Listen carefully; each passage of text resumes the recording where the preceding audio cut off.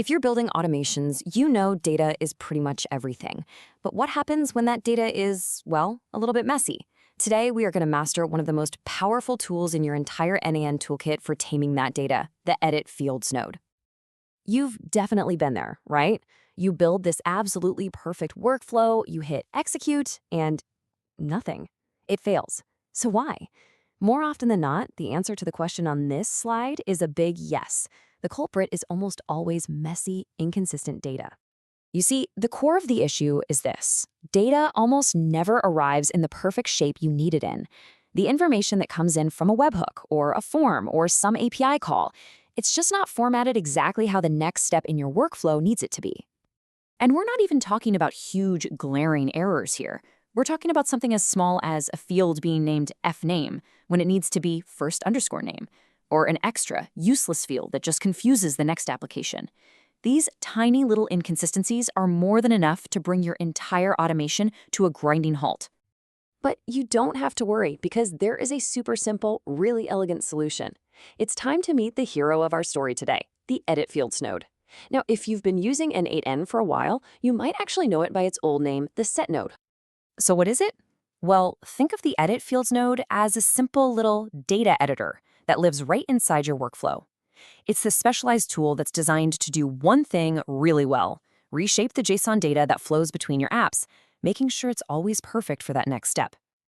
And it does all this by giving you 4 main superpowers, or 4 core actions you can take on your data. So let's break down exactly what this awesome node can do. First, you can create totally new fields, like, say, combining a first and last name into one full name field. You can also modify existing fields, maybe changing a status from pending to approved. You can rename fields for consistency, which is absolutely vital for talking to APIs. And finally, you can just remove any fields you don't need to keep your data clean and efficient. Okay, theory is great, but let's see this thing in action. We're going to walk through a really simple, real-world example to see just how transformative this one single node can actually be. So imagine this is the data that just came in from a webhook. We've got fname, lname, email address, and this weird unused field. It's messy, you know? It's not quite ready for our CRM, so let's fix it in 3 quick steps. First up, we're going to create a new full name field. We'll just combine fname and lname. Right away, this makes our data way more useful. Second, that email address field is a little clunky. Our target app is expecting it to just be called email, so we use the rename action to make it match perfectly. Easy. And finally, that unused field, it's just clutter, it's noise.